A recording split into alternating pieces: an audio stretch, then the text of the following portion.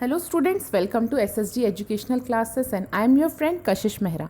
आज का जो हमारा टॉपिक है वो है एमसीक्यूज़ के कुछ क्वेश्चंस जो बेस्ड है स्पेशल कॉन्ट्रैक्ट के ऊपर। इससे पहले का प्रीवियस वीडियो से अगर आप चेक करेंगे तो आपको इंडियन कॉन्ट्रैक्ट एक्ट के ऊपर भी आपको एमसीक्यूज़ मिलेंगे। तो ये दूसरी सीरीज़ है, ऐसे में आपके लिए 4 से 5 सीरीज़ बनाने वाली हूँ। तो आइए देखते हैं पहला क्वेश्चन क्या बताता है। In the contract of indemnity dash to promise is essential. अगर हम कॉन्ट्रैक्ट करते हैं इंडेमिनिटी का तो उसमें प्रॉमिस, हम उसमें क्या प्रॉमिस करते हैं? लॉस के लिए, बेनिफिट के लिए, प्रॉफिट के लिए या नन ऑफ देयर। तो इंडेमिनिटी एक ऐसा कॉन्ट्रैक्ट है जहाँ पर एक पार्टी दूसरी पार्टी को प्रॉमिस करती है कि अगर आपको कोई भी लॉस हुआ तो हम आपको कंपनसेट करके देंगे, जैसे कि एग्जाम्पल इंश्योरेंस कंपनी के लिए होता है। तो यहाँ पर इंडेमिनिटी का कॉन्ट्रैक्ट जो होता है वो लॉस के बेसिस पे किया जाता है। Second question is in a contract of indemnity how many parties are required. तो कोई भी कॉन्ट्रैक्ट करने के लिए कम से कम मिनिमम 2 पार्टीज रिक्वायर्ड होती हैं। In which type of contract promise is being protected. इनमें से कौन से टाइप ऑफ कॉन्ट्रैक्ट में प्रॉमिस को प्रोटेक्ट किया जाता है?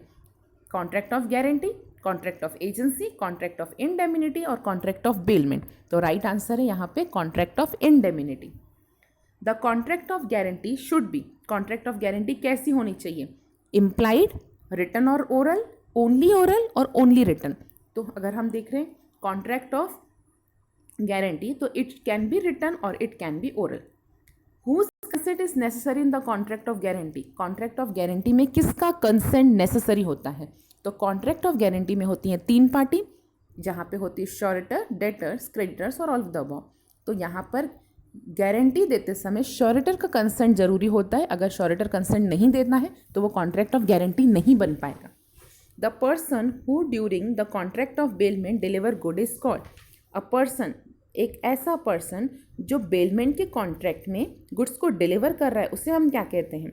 तो सबसे पहले मैं आपको बताना चाहूँगी बेलमेंट का कॉन्ट्रैक्ट क्या होता है। जब कोई पर्सन किसी के पास कोई सामान रखता है कुछ समय के लिए तो उस कॉन्ट्रैक्ट को बोलते हैं बेलमेंट, और फिर वो वापस ले जाता है जब उसका पर्पस फुलफिल हो जाता है।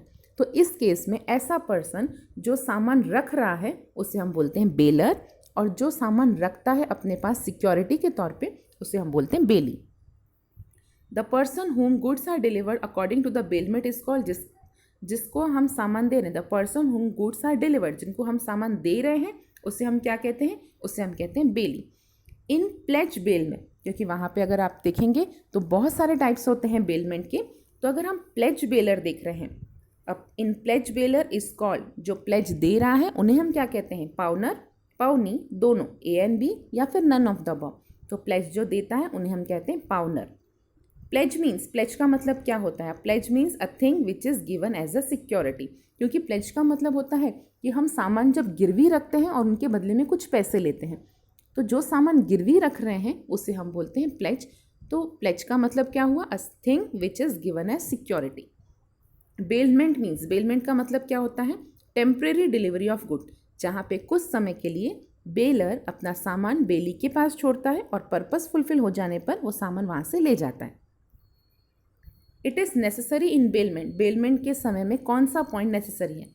प्रॉपर्टी का transfer, transfer of possession, transfer of good, transfer of ownership. तो यहाँ पे सिर्फ ट्रांसफर ऑफ पोजेशन होता है। सिर्फ ट्रांसफर ऑफ पोजेशन का मतलब है सामान एक पर्सन से लेकर दूसरे पर्सन के पास जाता है। वहाँ पे ना प्रॉपर्टी का ट्रांसफर होता है, ना गुड्स का और ना ही ओनरशिप का।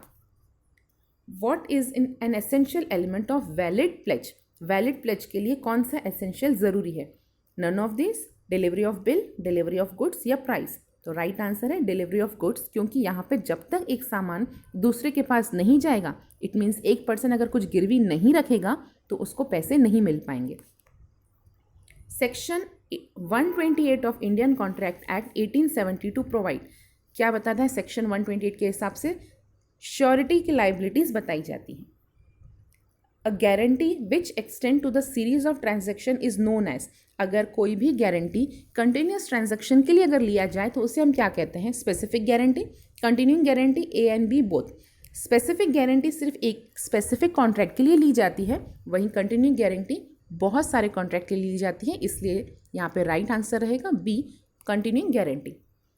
इन a contract of guarantee the person who gives the guarantee is known as, ऐसा पर्सन जो गारंटी दे रहा है गारंटी मीन्स अगर एक पर्सन ने पे नहीं किया, इट मीन्स डेटर ने पे नहीं किया, तो फिर श्योरिटी मीन्स गारंटर उसे पे करता है। तो यहाँ पे गारंटी देने वाले पर्सन को हम क्या कहते हैं? श्योरिटी।